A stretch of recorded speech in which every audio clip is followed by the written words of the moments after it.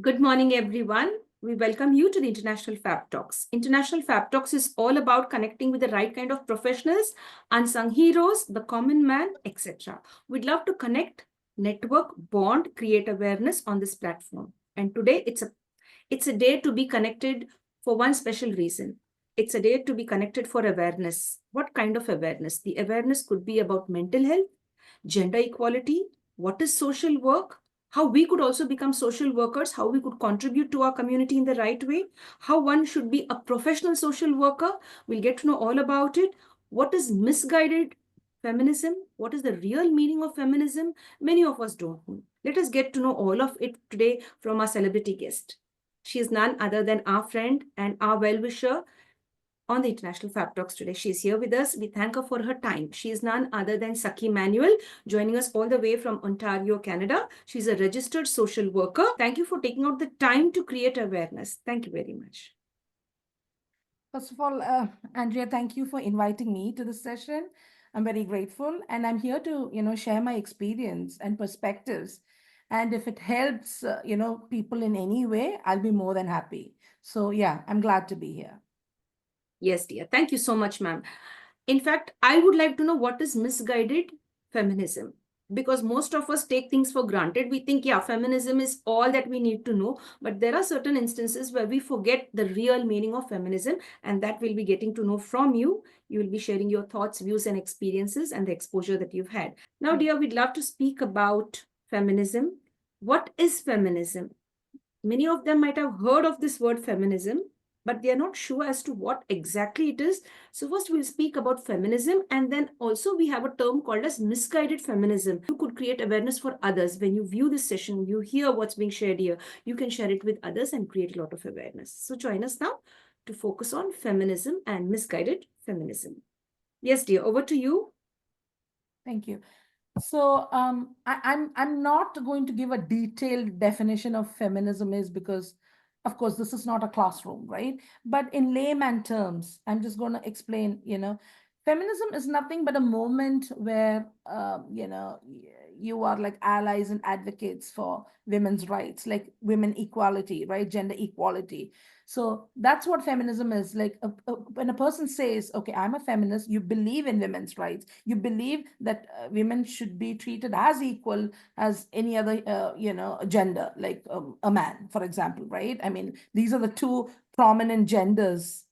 I mean, of course, we have transgender and all that, but when you look at it, when you go back in time, it's like women were always treated as second class citizens, right?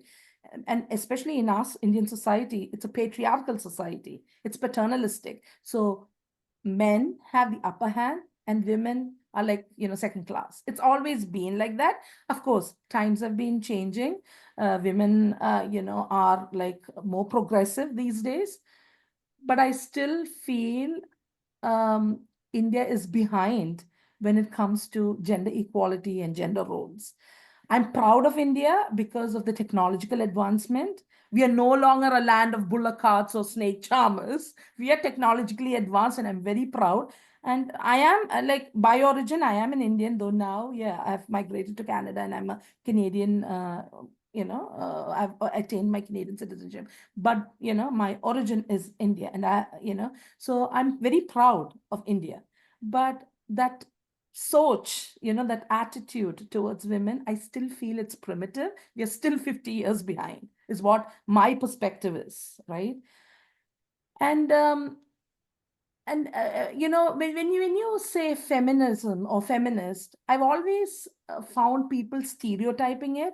Like a person, for example, if a woman is outspoken or dresses modernly or likes to live life on her terms, right? She is like labeled as a feminist, right? Or she doesn't want to get married, or she's like outspoken, and then what so many things. So these are like characteristics that people identify, and they stereotype feminism. Feminism is not that. Feminism is about women's rights, like equality between man and woman, right? And the feminists are not man haters. It doesn't mean that they don't like men. I am a feminist, I like men. I have a husband. I have a son, and I have male friends, family friends. So I like men. I like the company of men. I don't hate men. So if there is anyone out there who thinks, because even jokingly, I've heard people saying, "Oh, she's a feminist. She hates men." No, it's not that. So, and even men can be feminists because men can also be allies and they can also be advocates for women's rights, right? And we have men like that too, like who are real good, I mean, like, at advocating for women's rights.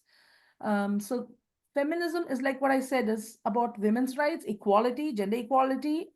So it's about that. And when you talk about misguided feminism, it's like, okay, again, in layman terms, I'm not going according to the textbook definition. It's like, you know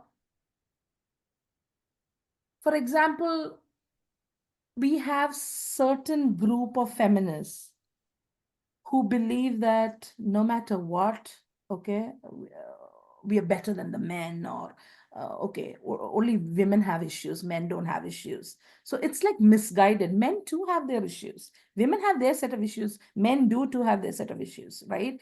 And there are certain biological challenges that we women have, and that gives an upper advantage for the men. Like, for example, if you look on an average, the physical attributes, men tend to be more stronger physically, right? I'm not saying, what do you call, there aren't any women who are like as physically strong as men. Of course, there are exceptions. There are very physically strong women too. But if you ask me, it's a disadvantage that we have biologically, that we are not as strong as women strength wise. Intellectually, yes, we are at equal capacity, right? But strength wise, physically, men do have the upper hand. And that's a reality. And I don't want to, wrap that around feminism saying that, oh, we are equal with men in all terms. No, there are certain exceptions, because not because we are like, we are second class citizens or anything like that, just because our biology is that way, right? So so misguided feminism is always like, what do you call, always focusing on unrealistic, aspects, especially when it comes to feminism. Like, this is an example, like the physical strength that I was talking about, and also there are other things like men too have their challenges, right? They're also human beings at the end of the day, and there are also cases where we've seen that women misuse the system too, and that's very unfortunate, because when certain women do that, it affects other women too. Like, other women, they don't get justice, because then the examples get cited, like how a woman misuses the system, and then the other women also, get the blame for it, right? So if we have a genuine victim or a person who's experienced domestic violence, we have there's always that doubt, like, okay, is this person genuine in her claims? Is she just making it up? Just because we have certain women who have misused the system, right? So I want people to have an understanding about that too. Like, there's a lot of misguided feminism going on, which is not what you call grounded in actual feminism, right? In fact, I have come across an organization run by women, okay, and they don't. I mean, they only hire women, and that's understandable because it's a woman run organization, so they would have women staff. But they used to have an issue with staff who were married too. Like, they used to bully their female staff who were married, who were in a relationship, because according to them, oh, you shouldn't be married or you shouldn't be in a relationship. They would promote same-sex relationships, like, if you are a lesbian, they wouldn't have a problem, but if you're married with a male, then they would have a problem. And I feel that's like very unfair.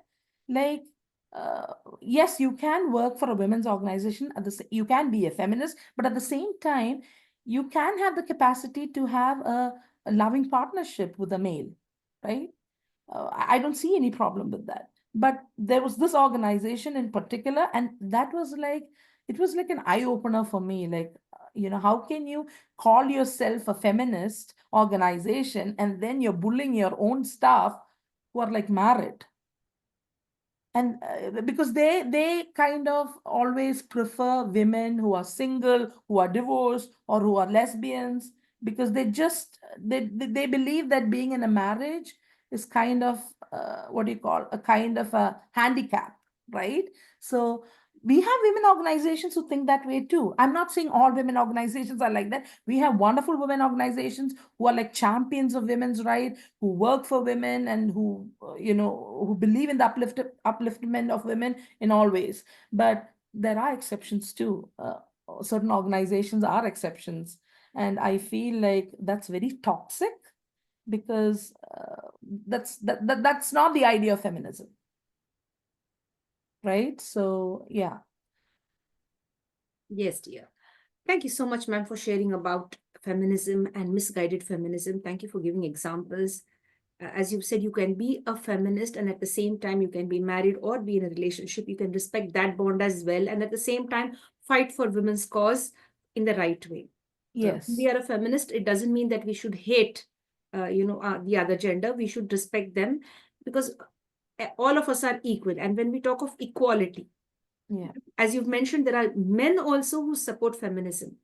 To have met you, and you being able to share all of this to us is a moment of joy and pride. Thank you very much. Thank you. Thank you. It was really nice spending the time with you.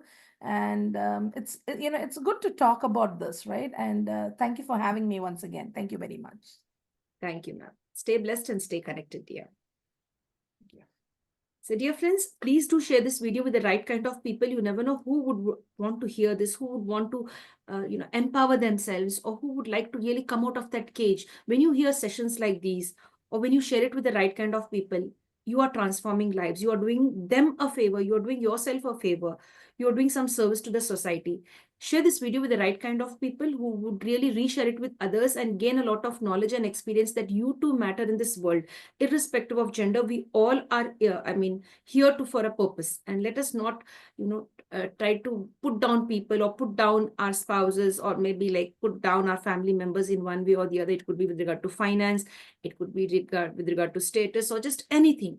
We are here to live life in a beautiful way and to give back to the universe in the right way.